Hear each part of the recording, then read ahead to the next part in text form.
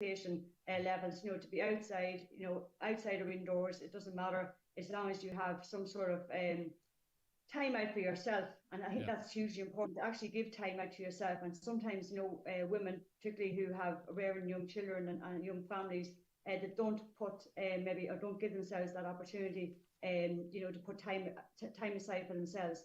And I think that's hugely important, that that we do that in our lives, that we do give that we would have a half an hour or an hour time out on a week-to-week basis, doing something that we enjoy for ourselves in terms of women. Also as well, I think it's hugely important that we see more women taking up other roles within our club, in our clubs and in our activities in terms of coaching and officiating. I think that's, we see it more and more now, that people are beginning to attend coaching courses and to take up a role, maybe as an assistant coach or a volunteer helping out, maybe for Saturday morning or Tuesday night at coaching. But we'd love to see more women actually taking the mantle and actually just becoming the lead coach and having the confidence to do that. And sometimes, yes, there is barriers that do exist due to the fact that maybe time constraint, work commitments, and family life and so on. But we do feel that they have the same capabilities, and it's just giving them the opportunity to follow their male counterparts in their club as well, to do the same job that they're doing. That's it for Programme 2. The Active Donegal series is produced by Highland Radio and funded by Commission the Man with the television licence fee.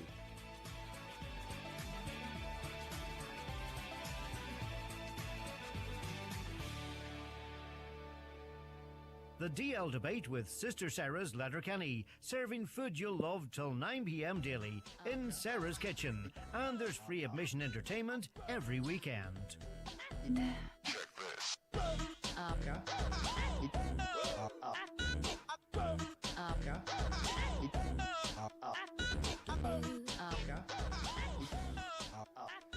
Welcome to the DL Debate. Thanks so much for tuning in now on Highland Radio or back via the podcast. This is a special preview. Michael McMullan's in the house. Everybody, you're welcome. A fine-looking audience. Most of you are related to me, but what do you think, Park? They're fairly good. You must have handpicked them earlier. Fairly good looking, a lot of them, Brian. So.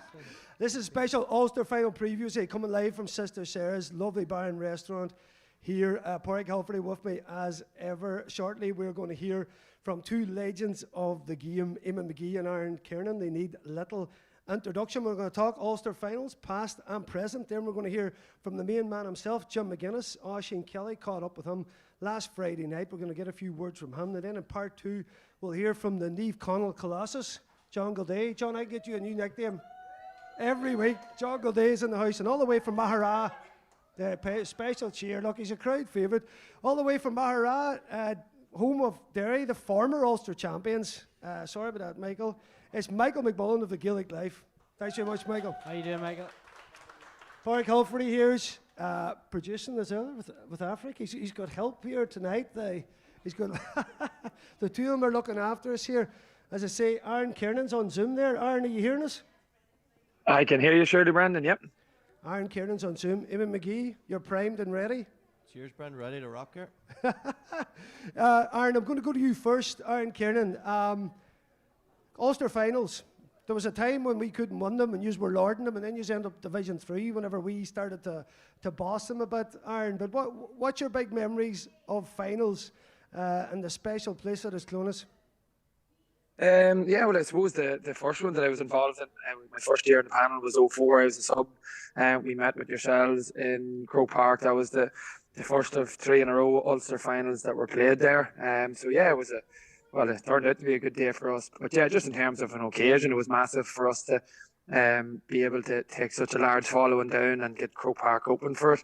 To be honest with you, I only won one then in Clonus, but just, you know yourselves, there's something different about Clonus. I think it's what we grew up remembering was the big days out going to Ulster finals in Clonus. So the one where we beat Fermanagh after a replay in 2008, which unfortunately is the last one that we have won It was brilliant. Just great sense of occasion.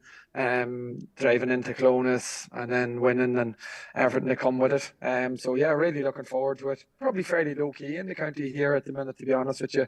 There was a lot of hype last year because it was the first time we'd been in an Ulster final since '08. So yeah, it's fairly quiet. There's not a huge pile to chat about it. Not a huge pile in terms of flags and that sort of stuff up at the moment, but I'm sure that'll build as this week goes on. Yeah, are you surprised at that, Eamon? Eamon's 19 years since Armagh won it. It was 19 years in 2011 when you landed with Jim phase 1 and swept all in front of you. Do you think there's anything in that? Hopefully not. No, listen, I just like the way that Aaron's reminiscing there. It's good for him, but bad days for us. That was a tough spell. We couldn't get over Armagh that time. In 2004, that was a wild hammering we got that day. Stephen Cassidy always says, I made 2 All-Stars that day.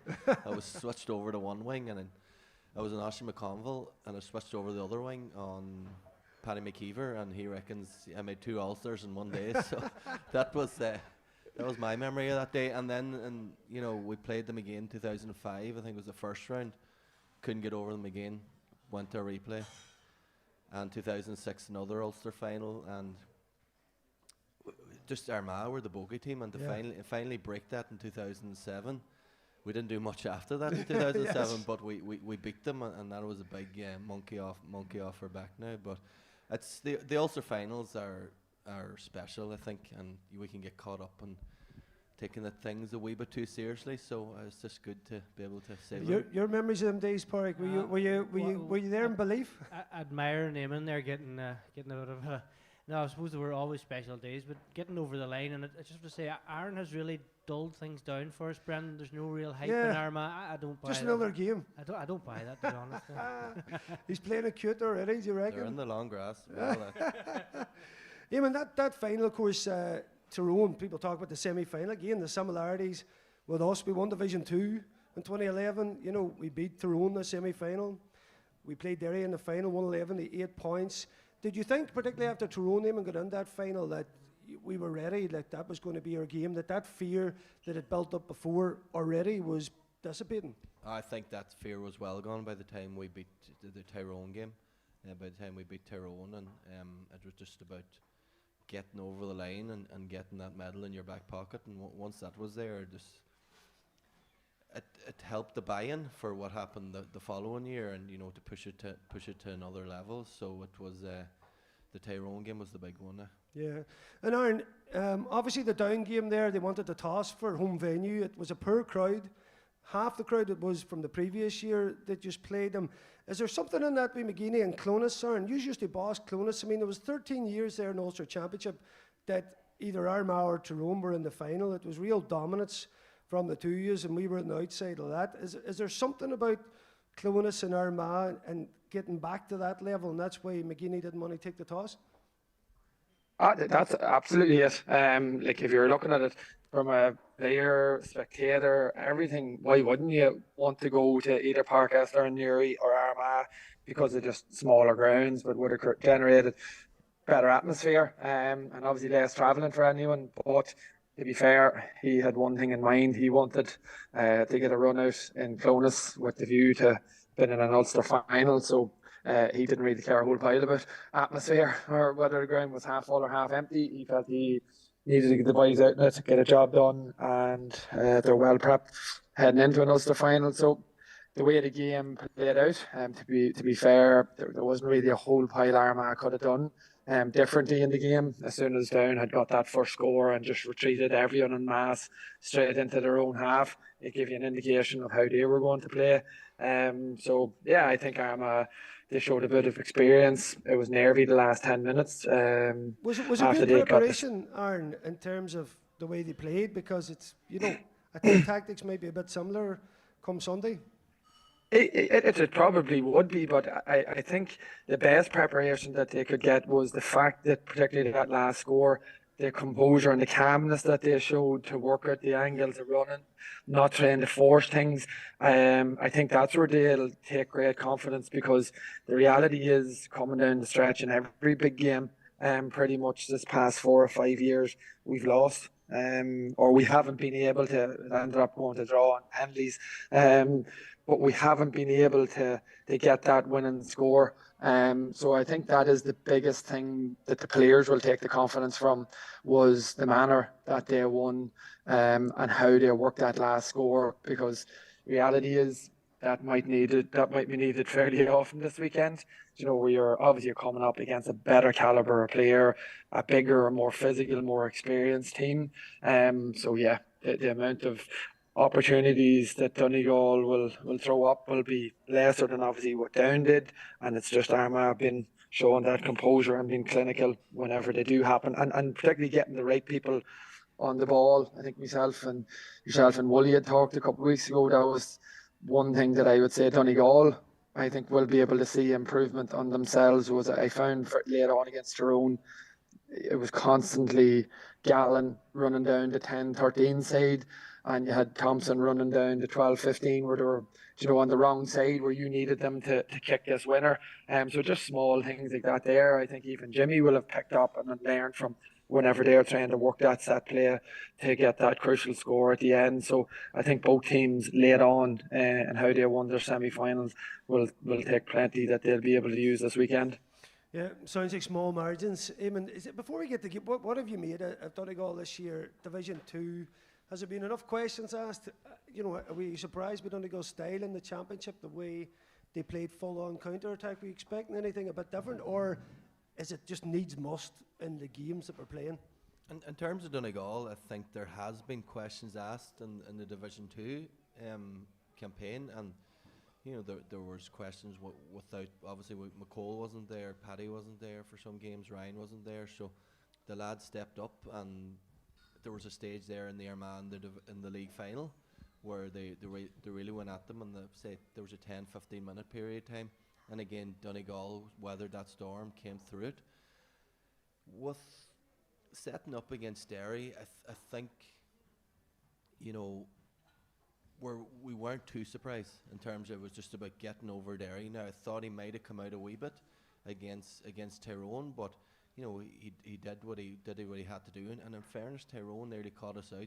At half time, I was looking around, I just couldn't see the response in Donegal, and maybe Jim will learn from that too. Maybe Jim will learn that to adapt a wee bit, but it is what it is. I would say we're going to see something, and maybe that's the plan with Jim. Just get that Ulster title into these lads, get that belief, and he views Ulster as more attritional maybe, and just go to the trenches with it. Yeah, and Aaron, is there a pressure on Armagh after everything? Losing by penalties last year. We keep talking about these big games that you mentioned there, which McGee was happy about in terms of eking out a tight, a game where a team was defensive. Is that weight on the team, or do you think they're coming in this thinking this is a shot at the Ulster final and that's it? No, there's pressure on them, surely. It's been so long since we've won one. To be fair, there has been something building with that group in terms of just the level that they've moved up. There were an awful lot of these boys were operating in Division 2 and 3 and yo-yoing for a number of years. They're pretty much up there now as a top 8 team, and have been for the past 3 or 4 years. But the longer you go without a title, the more that you come up short in those big games. And there's just, like you just mentioned, those fine margins or the small things that you could have done better, they could have got you across the lane. They all add up, and absolutely, they do bring pressure. It brought pressure, obviously, when Down County last year and Geezer were, in terms of, it ended up going to a vote to see whether he was going to extend his term as a manager. So all those things do add up, and probably actually brought a bit more pressure at that stage last year. There hasn't been a whole pile of chat about it now because they're back, they're promoted into Division 1, they're in an Ulster final where we expected them to be. But I think just themselves, they have huge pressure on themselves. We have an awful lot of boys there who were involved in our All-Ireland minor winning team of 2009. So that would tell you they're sort of knocking on a bit in years, and this is probably for some of them maybe the last big opportunity they will get to win and pick up an Ulster title. So you have to remember, they're all coming in. We'd won Ulster in 08, won whatever it was, 8 or 9 in the build-up. So as they're coming through development squads in Armagh, they're seeing nothing but Armagh winning Ulster titles, getting to All Irelands, and now that was their whole aim and their whole goal. And they're pretty much coming to an end of a playing career with their county, where they've given everything and they haven't picked up any meaningful silverware. So I think themselves, they'll be feeling that there, and it's a massive day for us, because my fear is with the whole thing. Jim has this unbelievable aura, and Eamon will know it as someone who was there and played with him. And you said that buy-in that he created. It's, do we overthink this completely? Do we go away from everything that sort of suits the players we have? Do we try to second guess every move that Jim's going to do? And that is the joys you have of having someone like Jim, and who has the aura that he has. He seems to have that effect on managers. So that's the big one for me, is Geezer, McGee, Donaghy, Gilligan and these boys. Are they going to second guess everything and play on Donegal terms? Because if we do, that's where my fear would be. I think we need to still try to stick to our own principles without being foolish, maybe like Derry were at times. But I still think we have to focus as much as we can on getting the best and playing to the strengths of the players that we have available. Yeah, and Park, yeah? Yeah, I suppose just thinking on that part, as we started off the conversation, we're speaking to Eamon about when Donegal got over the line in 2011. Suppose Jim bringing the players back down from last week's victory, Eamon, what's going to be going on within the camp this week, do you feel, from a Donegal point of view? How's the players, how's their thoughts? What was your thoughts, suppose, back in 2011 when you were going into the Ulster final?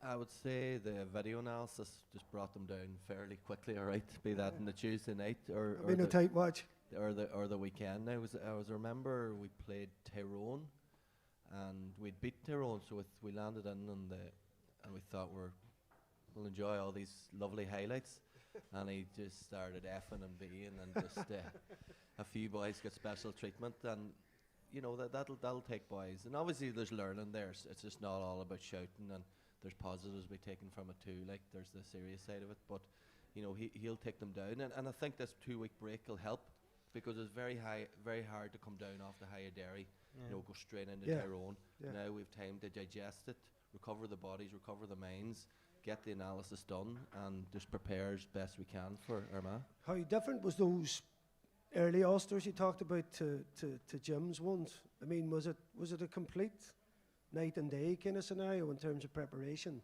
and mindset, in terms of pre-Jim, those finals you talked about? Because it used to kick off quite a bit, you know. I'm not going to put you on the spot for what happened. We've got plenty of columns out of them.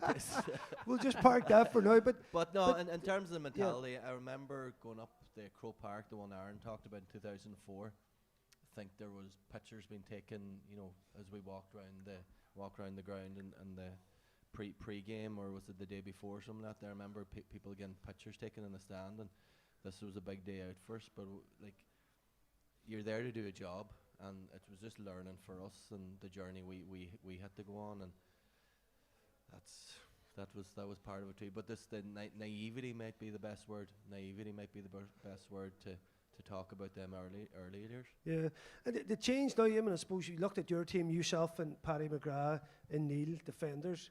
You know, you had the likes of Thompson, McClune, Lacey. Their defenders your team was built around defence first. Now we basically have just got McCall and Kernan in there, you know, as defenders. And McCall can actually score a point now, which is an upgrade. A very important point as well. Do you know what I mean? So you've got a very different change in the game in terms of, I think probably you can make a forward back in the defender, but vice versa. It's difficult. I know you scored a couple of great points yourself at won the league final. You dined off that in 2007 for a while. But it's a big change in the game, you know. It is, and that's the way it's gone. The days. Of course, Frank McGlynn, now he would have been your one half back, half forward. He could play anywhere. He was that good. Frank and Carol Lacey would have been in the category where they're just so good that they could defend and attack. I would have put them in that category. I still think there's a place for, you know, the dog. I still think there's definitely. There definitely is. There's a place for it. Young Lucas here now. He might be coming up next time. The way the game, it's, you need to be good in the ball, because people are going to get in situations where they're going to get in ball, and you need to be comfortable. You need to know what you're doing. You need to be able to spot that space. You need to, because the way it's up, it's nearly just like that old-fashioned thing where it's just a chess game when you're setting up against a blanket, and you can't be eating up someone's space. You need to get involved. There's 15 attacking, 15 defending, and on the attack side, you need to know what you're about there. Yeah, and Aaron, speaking of dogs, that Armagh team of yours, what was it, 5 in a row you won at one point, was it? It wasn't more than that. I mean, you were... No, it was yeah, we did maybe the 3, 4, 5, 6, I think we did, yeah. Oh, yes. Do you know what, Aaron, at that time in Crow I always said about Crow Park versus Clonus that you just were the masters in there. Go back to that, I suppose, that aura that was built up around that time. And I think for us, maybe back then, tactically we weren't aware enough. And then Jim came in and made it super tactical and then pulled the best out of all these lads. Because a lot of people have been saying that from that team of 2012, the same players aren't there. But I was like, well, pre him coming in, nobody was talking about these guys in any great way. So Jim was a way of moulding them. And, when I look through the Donegal team, Aaron, it's just something, I suppose, from an Armagh perspective. There's so much talent in there, particularly runners coming from deep. Do you think that there's players where you think we got to pick them up man for man? And I'm thinking there's 6, 7, 8 guys that can put the ball over the bar at any given time coming through. And as Eamon said there, even McCall coming up the last day. Do you think, is there players you're going to highlight to come through that have to be marked? Because when they're coming from deep, as you know, that's difficult. It is, but I do think that we have, our strength obviously is from midfield up, and players do have the ability to shoot from long range, or your inside forward ball winners like Mernon, who takes your sort of sharpshooters like Turbot and Connady into the game. So we have a really good mix and blend that we can ask plenty of questions. But I suppose you're thinking out loud as we're conversing on through here. The roles have completely reversed, where like you've mentioned fairly often, fairly regularly to me in chats about the aura that this Armagh team had and how you use. Eamon's talking about maybe a bit of naivety where it's a big day out. And you were always looking at Armagh here and everything sort of that time. We had tighter jerseys and what gym session we were doing and the amount of training we were doing. The roles have flipped. Jim has that aura now in Donegal. He has, and what that gives you as a player, it's just it's a bulletproof, it's a genuine self-belief because you have so much trust and faith in him, but he's ticking every box and taking you all with you. So whenever you go on the field, you couldn't be better prepared, we couldn't be fitter, we couldn't be stronger. So I think in terms of that's what Jim has done and developed with your boys. It's the Armagh players now, ability is definitely there, like there's no doubt about that. They are good enough to go and win this game at the weekend. But it's those players now on the field that they need to be going out and winning those individual battles, or willing to take a risk or put themselves out there where they isolate themselves in a one-on-one, whether that is defending or whether that's taking a man on to try and create gaps in their running game, or creating gaps that they can maybe get a foot pass going. So the big one for me is, are we boys who have the bulletproof confidence, who will go out and take risks this weekend, to try and expose Donegal or put them into areas or isolate them in situations that they don't want to be and that they haven't planned for. So that is the huge one for me. Like Down, obviously we're ultra defensive. Donegal, like we mentioned, are much bigger, better and well prepared. But the fact that none of our forwards scored from play the last day, that would be worrying going in this weekend. Did they have an off day? Did they think that they were just going to turn up and get it easier than what they did? Or did they not cope with what was faced in front of them? I think we'll find out the answer this weekend, because those same questions will be asked a million times harder than what they were against Down. And it's, can they cope with what is coming and the pace and the intensity that Donegal will bring? Because if we don't, we're not beating Donegal. It's as simple as that there. They have to be able to see out whatever Donegal throw at them and still be able to impose their own game on it. Because that was a major issue that we had the last day. You're not winning us final if no forward scores from play at any stage. Yeah, and I suppose that's one thing that Jim probably has brought in this year. He's allowed, there's a lot of different score options across the pitch, Eamon, we see, all right, you've always seen Pater Morgan, but also you have Niall O'Donnell, you've Shane O'Donnell, you have Brendan McCall, who you've touched on there as well, and Keelan McCullough as well. So you have a number of guys that can actually, he's given that licence, more creativity, maybe this year, I think. I just think it goes back to Brendan's point that there's a lot good ballers out there, and they're powerful and they're pacey, and they're going to get in situations where they get behind, and that shot's on now. In terms of just listen to Aaron talk there, Armagh as a neutral, if I'm looking as Armagh, it's the why frustrating team. If you look at the league final, there are 15 minutes there where they just went, and we've seen that over the years where they just open up. Rian O'Neill just kicks in the gear. Like, for me, Andrew Murnan is as good a target man as what's about, So Stephen Campbell's another man that can just take a notion and just kick in the gear. And that's my biggest fear, that Armagh just click.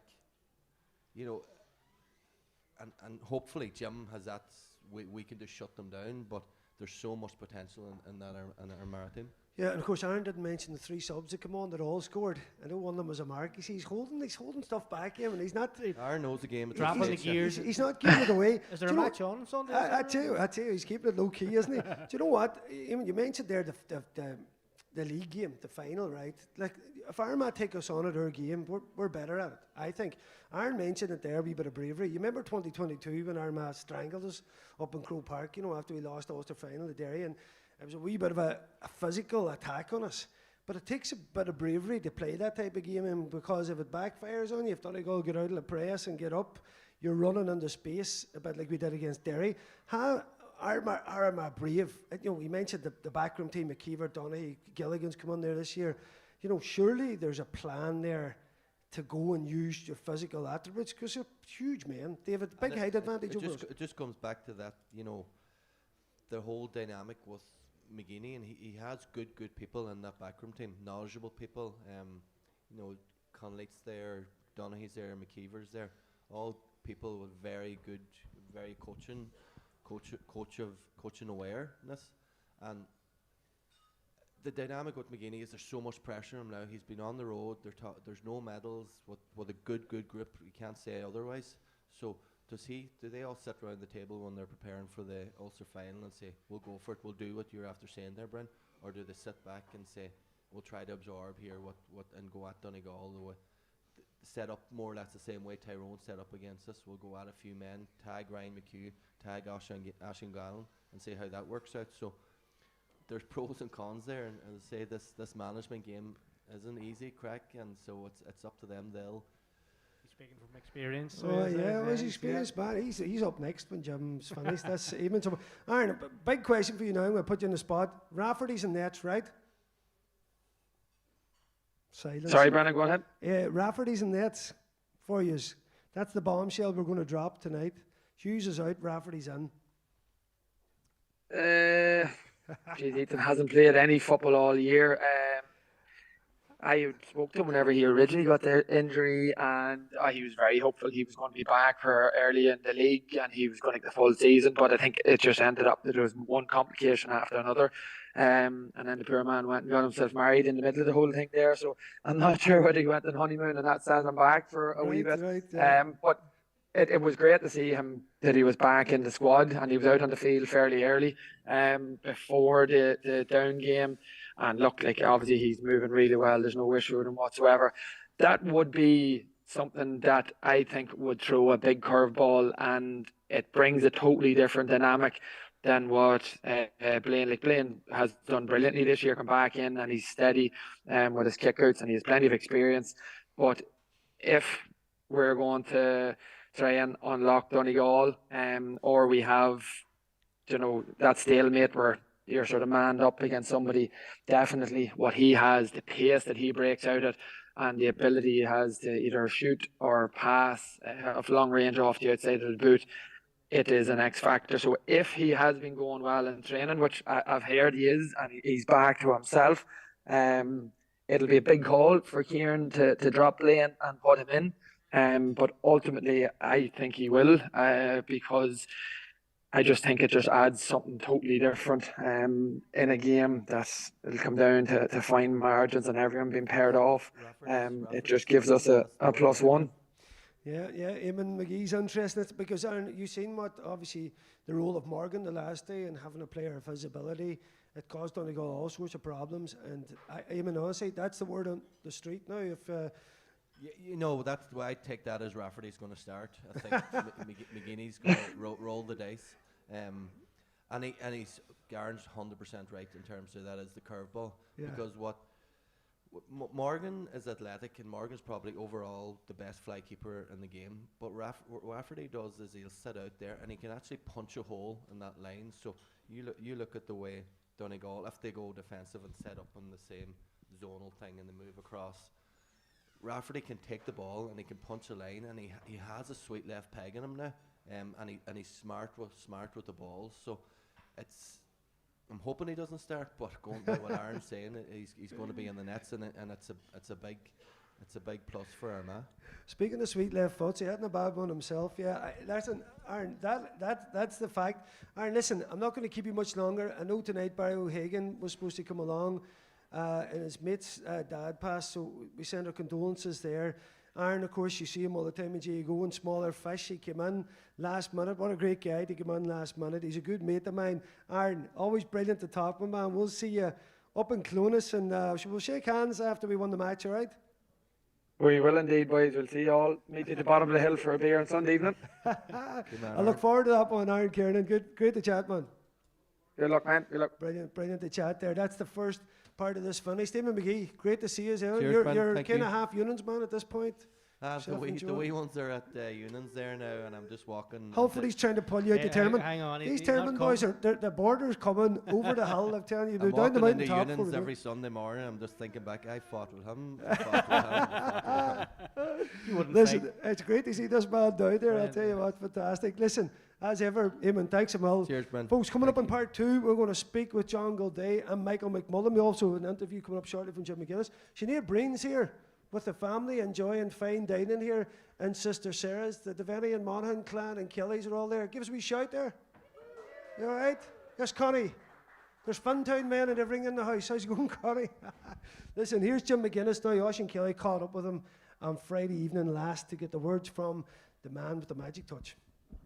Jim McGuinness looking forward to an Ulster final. I was thinking coming down the road in the cars, we came to the press area tonight. It's been 10 years since you were last in an Ulster final.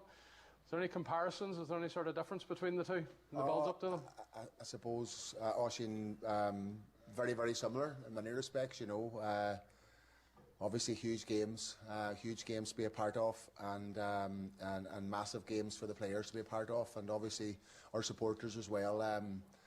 It was fantastic to get out of Celtic Park with a result against Derry, you know, and I think that sort of was a bit of a catalyst for us, and put a bit of belief into the group and a bit of belief into the county, and to be able to follow that up then the last day against Tyrone was huge, and so we find ourselves there now. And listen, these days they're very unique, special occasions, and you have to embrace it and enjoy every minute of it, and obviously try and bring your best performance. That's what they're all about, because if you don't, you're not going to win. And so yeah, listen, absolutely looking forward to it now. How's the bodies of the players? Because it was a tough 7 days, 8 days, so it was. 2 big games against 2 of the powerhouses of Ulster. What were they like afterwards? Because I'm sure it takes its toll, so it does. No, they were sore. There's probably still a couple of bodies that are still sore, you know, that we're trying to manage this week and sort of get them right, and we're taking as much care with them as possible. So yeah, listen, it's been great on one level, you know, the energy that comes out of a result like that, and then, you know, the 2-week break as well is helpful.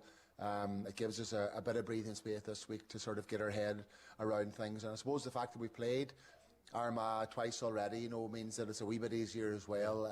You know, obviously you'll be doing your analysis, but you know, you do know the players, and you've seen the players sort of up close and personal on 2 occasions, and how they move and what they can do and stuff, and the same for Armagh with our lads. So yeah, you're not starting from ground zero, which is very, very beneficial. But every single second counts at the same time. Will it take a surprise to be sprung, maybe, if Donegal is going to get over the line here, given that maybe both sides know each other so well, having met twice already? Is there something different to come? Well, on Sunday week?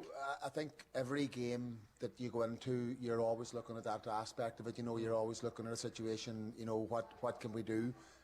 Where's the weaknesses? Where's the fault lines? And Armagh will be doing the same. There's no doubt about that. But I suppose when you're playing a team fairly regularly in consistency, there is that element to it as well, where the players that play in these games, they themselves are playing a certain way all their lives, and you do learn to understand sort of their style, if you like, and so yeah, some players are quick and powerful, other players are playmakers, and all of that sort of filters into the mix of the tactics for a game. Yeah.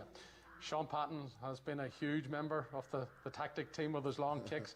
What's the latest in Sean? Obviously picked up that injury. Yeah. I didn't feature the last day. Will he be available for the Ulster final? He will. He'll be available for the Ulster final, thankfully, and he's doing good. And he was back on the pitch last night, and getting through his work. So we're delighted about that. As you say, like a huge part of the group for a lot of years, and obviously integral as well to a lot of the things that we want to do and like to do with the ball, and just. Without using too many puns, a very safe pair of hands. Yeah. Yeah. And listen, we're just over a week out from it, and I know that you treasure this Ulster title if it was to come. You have a couple already from your previous terms. Does that be treasured as well with the players? Donegal haven't won one since 2019, so they lost in 2022. Do they hold that same sort of treasure of an Ulster title and what it would mean to them? Oh, absolutely, they do, of course. And there's a lot of fellas there, I suppose, in the group with a lot of Ulster final experience, but equally there's a lot of fellas there that haven't experienced that. And this would be a very special one if we could manage it. With the teams that we've already played and the team that we're going to play, and obviously for Armagh it would be a hugely significant one as well. I suppose there's a drought going on from their point of view in Armagh, and a very, very proud footballing county that have huge aspirations themselves and have been so close on the last number of years, going to penalties last year, and huge battles with a lot of different teams around the country in championship football over the last couple of years. So we know what we're going in against, a very seasoned, team that understands sort of, these types of occasions. You've seen that with Tyrone yourself. Tyrone walked into that game last week, and they managed the game, they managed the ball, they controlled the game, and you could see that there was a number of players there that were well used to playing in big games, and you could see that there was a number of players there that had been there and done that with Ulster Championships and in All Ireland, and that sort of came to the fore. Very much, I felt, in the first half when they were able to manage us and manage the game and control the game. So Armagh have a lot of that as well, and it's just important that we will be ready for that part of it as well. Just finally, you're unbeaten this year, so you are in league and championship. Is this the sort of target that you wanted at this stage in your first year, Jim? Because you came in long term with looking at 3 years to develop this Donegal squad. Has this come maybe a bit quicker than you thought, or are you where you want to be? What the plan that you came with? Not really.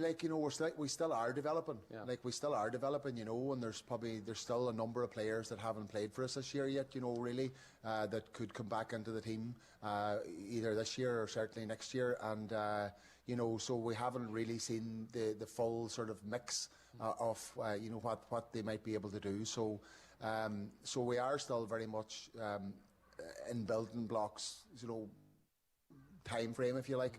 And it does take time. It takes time to understand each other, to understand what we want to do in terms of game plan, and sort of confidence to come from that. So really, a lot of it, Oisín, is about managing that and trying to win in between.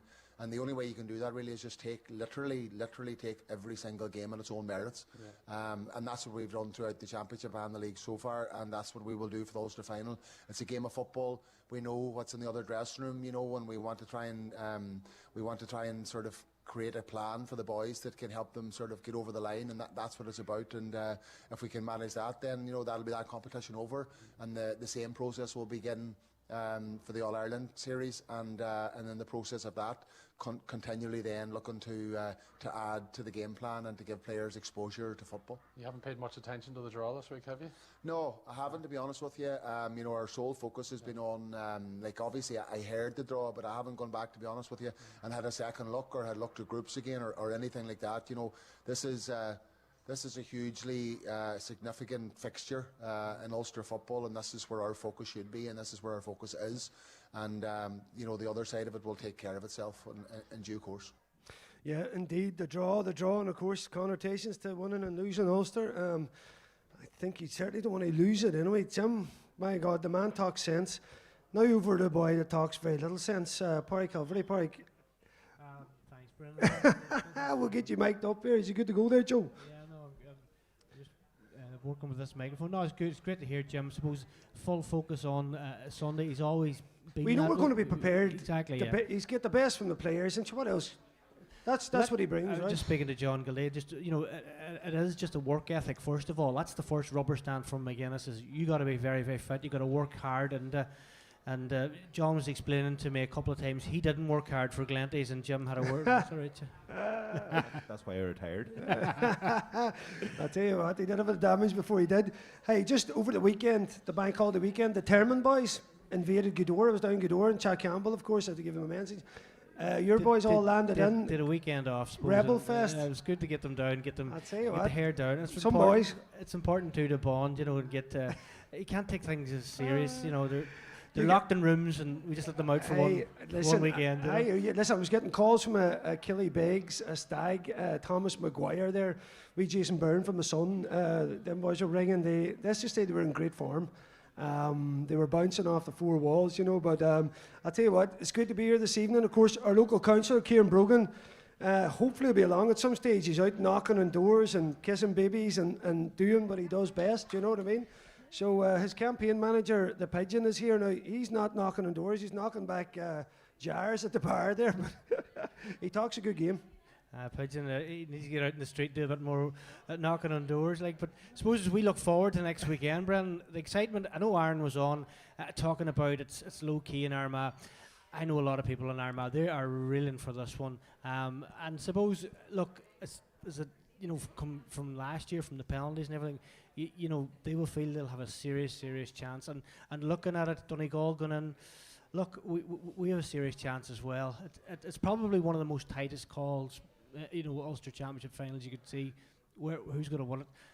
It's going to be a hard one. And just talking about next week, it can't be more than a point or two you're feeling, right? Definitely can't. It's going to be very, very hot in Clonus as well. And we just know, as John was saying as well, both sides extremely fit, and it's just a mouth-watering tie as well. Hopefully it's like the Connacht final, which was very good yesterday as well. But yeah, 100%. Listen, John Gildea, Michael McMullan have joined us on the couch. Michael, we've all our man Donegal stuff so far. As a neutral, which you are, I'm sure you love the two counties very much in your own way. How are you seeing this tie? I can't wait for the final, to be honest. The word is it's a sellout, and I wish obviously Derry was in it, but that's gone, so I can't wait. And I wouldn't rule out extra time and penalties, and as a neutral man, you'd absolutely love that. But the thought of Clonus packed, Armagh are obviously ravenous for silver, 2008's a long time ago. Donegal, and I suppose Jim McGuinness has a special relationship with the Ulster title. He's only lost one championship game, and even the scenes you see on YouTube of like the bus coming into the diamond after winning it, and even the lads kitted out, in the sort of social gear after it. Togetherness. They usually get to an All-Ireland final, you're kitted out. Even that there tells you what they think of the Ulster Championship, and you can say what you like about the draw, the qualifiers. They don't exist this week, but I still think it's unfair that draw took place. I agree. I know Jim has said there that you're not thinking about it, but you probably are somewhere. Yeah. But when the ball goes up on Sunday, that's completely irrelevant. I think that's what I'm looking forward to about it the most. Yeah. And I just can't wait for it, to be honest. Yeah. I just wish Derry was there. You'll be back, no doubt, or you could be waiting for us in the long grass. I actually don't want to talk about the draw, really, because there's so much to talk about in this Ulster Championship. But should you lose, you have to face the Derry boys in Derry. Do you think, as soon as that game's over, it's very much bang, there's a huge game coming, whether it's Donegal or whether it's Tyrone or Derry? Yeah, I think it's unfortunate that's the case, but as Jim pointed out, from his perspective, and he was very honest about this at the very start of the year, his focus was Derry day one. Yeah. Then it was whoever came after that, in this case Tyrone, and we all know the affinity that Jim and Donegal have over the last 15 years with the Ulster title. It's hugely important. It's hugely important for this new group of players as well. I know we have some old seasoned heads there, but there's a lot of new young players there that haven't experienced that. And what Jim has done this time round again, and he was very focused on the last time, is that he's brought that connectivity between Donegal people and the Donegal team again. And I think if you look at really successful teams worldwide, if you look at South Africa, and I don't know if anybody looked at that documentary on South Africa, it was about more than the game. It was the identity of the country. And what Jim has done again with Donegal is that he's made the Donegal senior team tied lockstep with Donegal people and made them proud They've again. done it so quick. And so quick. Yeah. But he came in with an aura already because he's already done it. Yes. And I think an example of that was last week, and I told two little girls down in Marble Hill that I'd mentioned them. You have Maisie and Eamon and my only fella Tig. He had the Donegal team stayed for an hour after the match in Derry, after a tough championship match that went extra times. They were dogged, they were tired, they were sore. You know yourself. They stood for an hour afterwards, taking pictures, signing autographs, and that means so much to the people that went to that game. And they give that after they give everything for the shirt during the game, and that's what he's brought to it. And with that, then you get huge support and huge encouragement. So no matter what happens on Sunday, everybody's still going to be behind this Donegal team. That's a massive point there, John. From that point of view, I was out in the pitch with my own wee lad, and it was just, there was thousands of people stepping about, and it was brilliant, because from a Donegal footballing point of view, you need heroes, and you need to, push that on to the next generation as well. And that's probably something we haven't done over the last while. And given the players the opportunity as well, it was just brilliant to see Jim surrounded with I don't know, there was hundreds of kids looking at him, and even the different Patrick McBurdy giving their time. You had Shane O'Donnell, you had the whole lot of them. It was brilliant, and it's something that we did lose over the last number of years. I felt anyway. And it feeds into everything that he does, in the sense that I know it's great of the players and management to give that time to the fans, which is incredible from a fan perspective.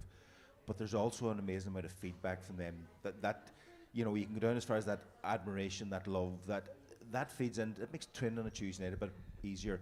Might make coming down the straight against Armagh with a point in it, and you dying, and with 5 minutes to go, you might make that extra run, or whatever. So with McGuinness, it's people are always like going into the Derry game. What was he going to pull out? What rabbit was he going to pull out of the hat?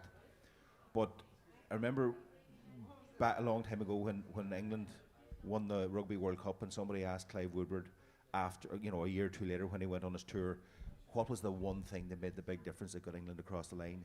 And he said it wasn't one thing, it was 1,000 things. And we go back to you, the guys being kitted out properly. It was having the right physios, having the right gear, having the right food, having the right connection with the fans. And it's about building all that. And that's, Jim spoke about it, that we're still on that development journey. This team's only started. Even to get to the level of conditioning that Jim wants them to be at, they're not there yet. They'll be there next year or the year after.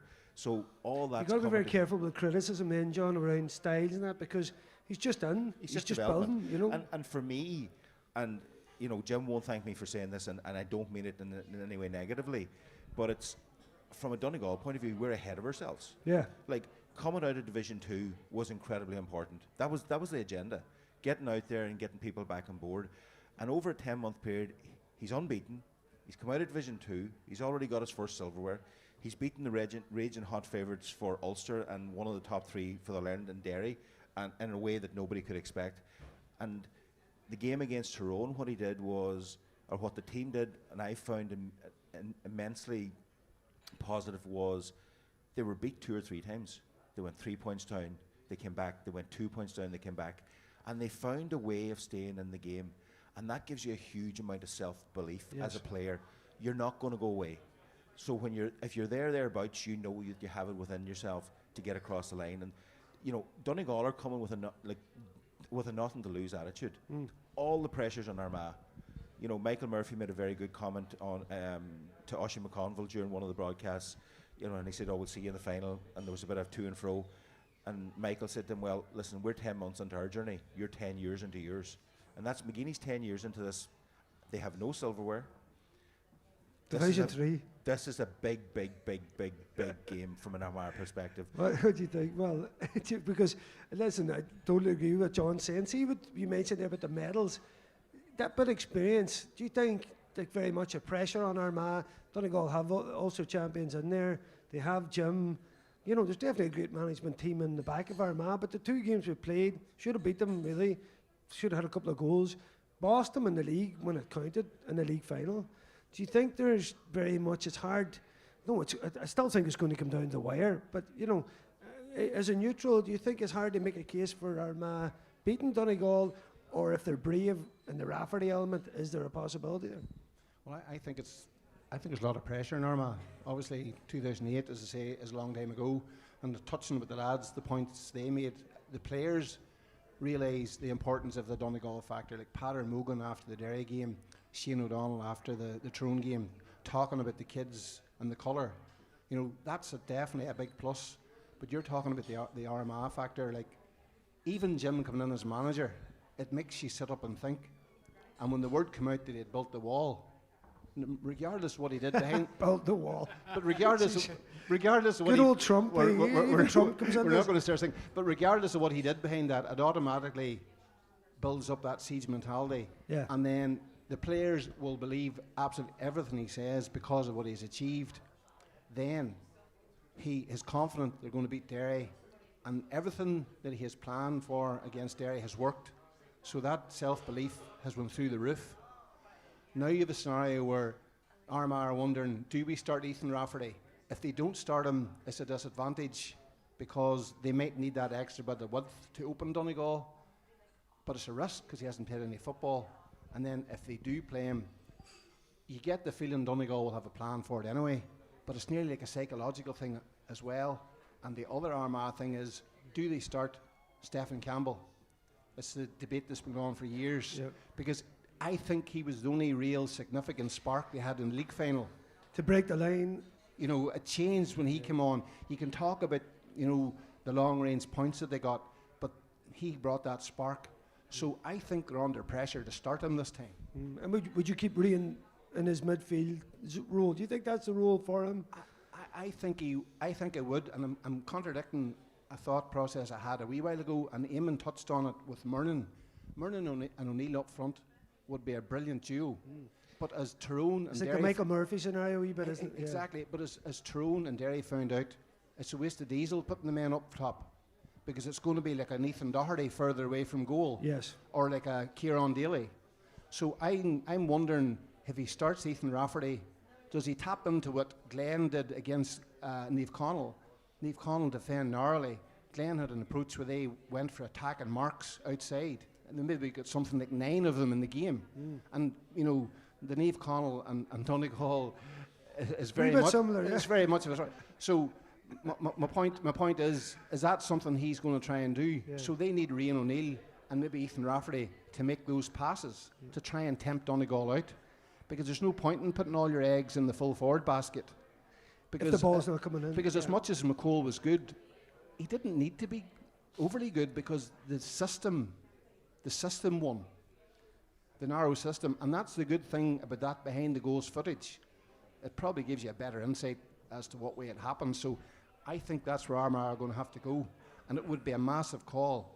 But I can see Ethan Rafferty starting on Sunday. Yeah, I think so too. John, just them points about the Armagh shape and how Donegal looked to expose him. I mean, the Cork game was the only game we seen Donegal really squeeze up the pitch. It was the first league game. I was like, wow, they were like attacking, turnovers, blocking up channels. They were doing everything.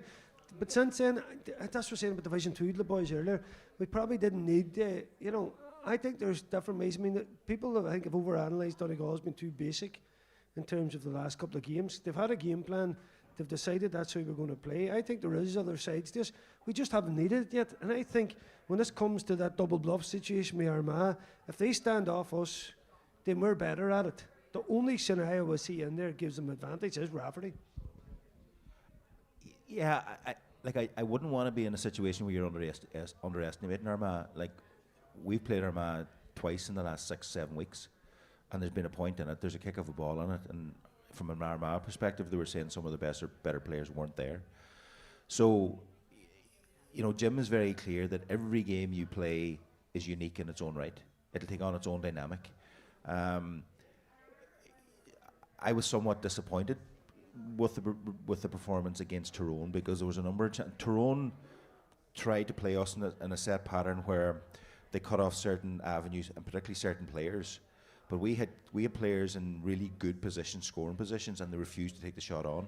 They could have turned and gone down the middle, because you could have driven a bus, because I was directly behind it, down the middle of Tyrone defence at time, because they isolated certain players and gone, he's a kicker, we don't have to worry about him.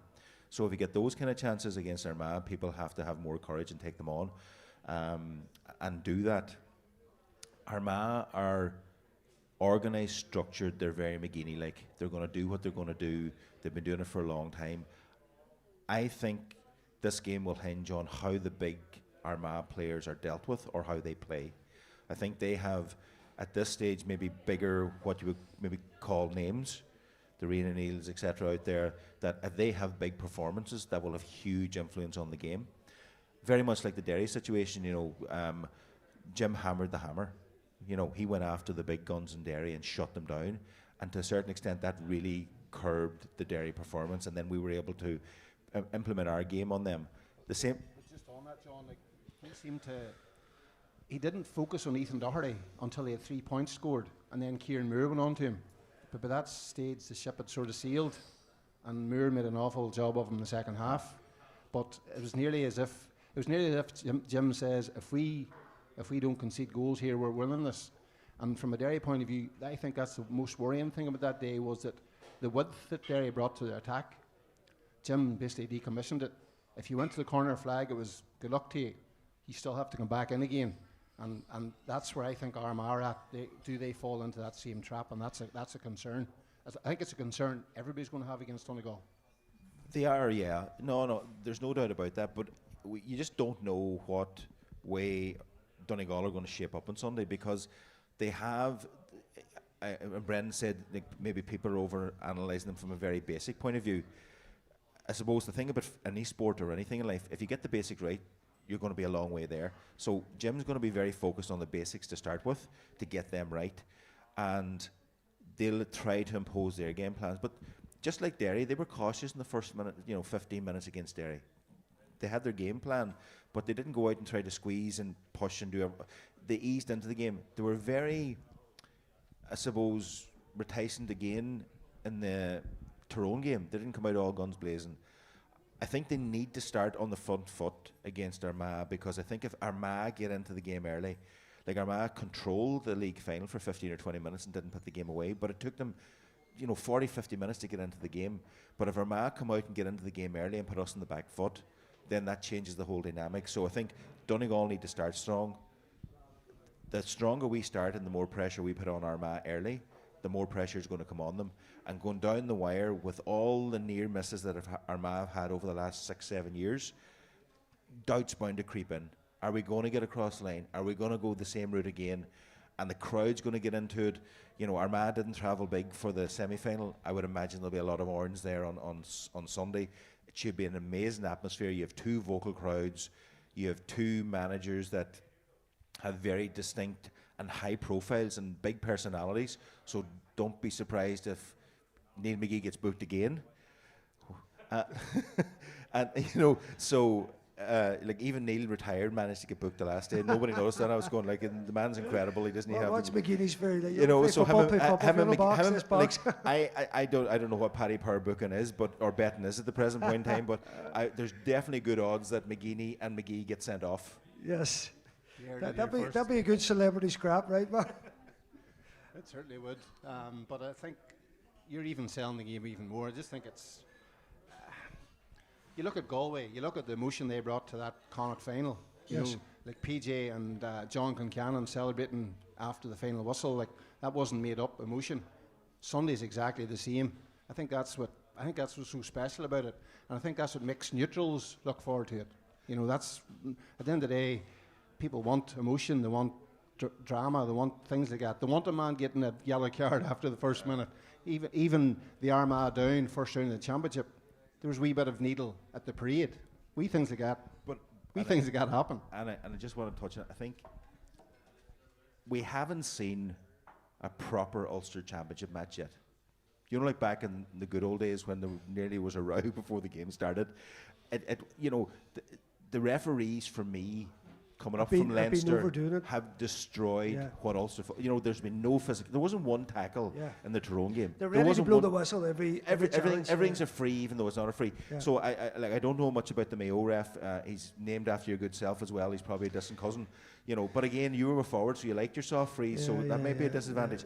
But I'm hoping that he'll let them play. I'm hoping that he'll respect the occasion and let two teams go at it and let the crowd get into it and make it a proper Ulster Championship match. Well, listen, we're obviously all back in Donegal. Mal, what's your feeling as a neutral then? Is it going to be heading back this way? Are we going to be back in the Diamond, rock and rolling Sunday night? I think it goes all the way for a start, but you think Pens maybe?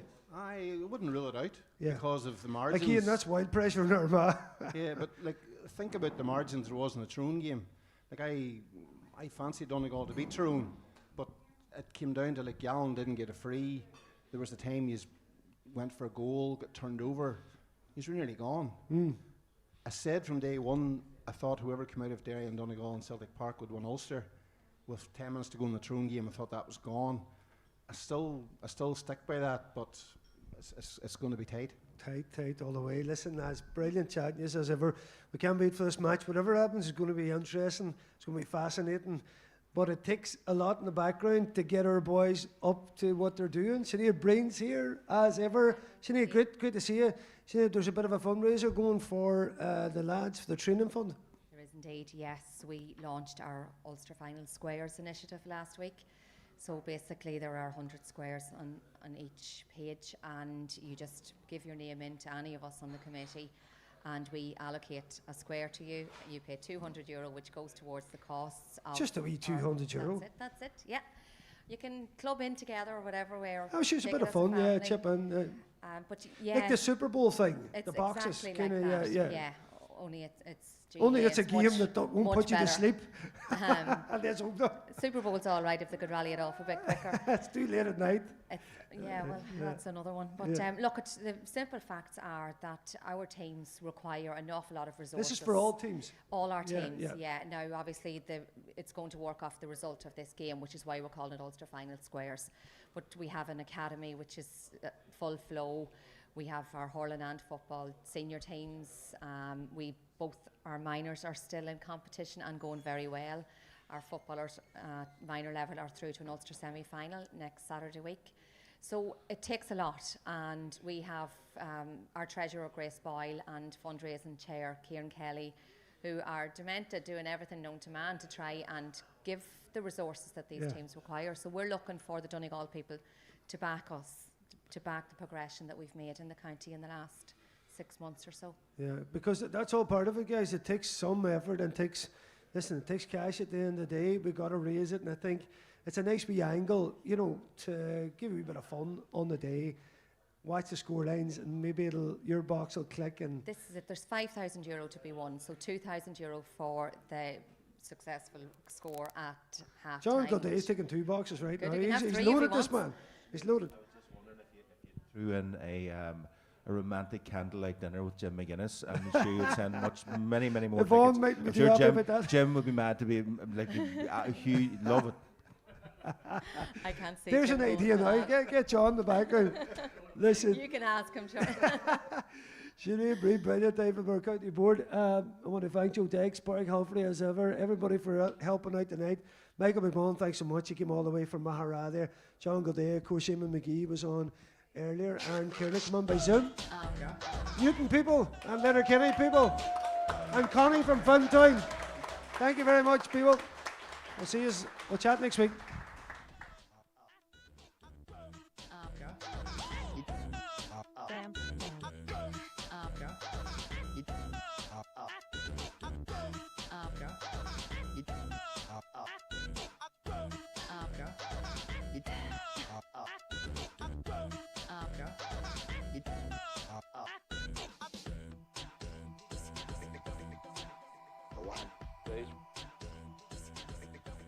Down.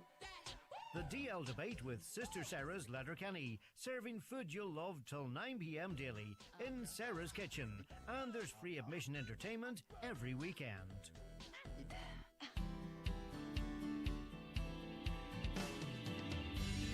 The best music on your station. Highland Radio.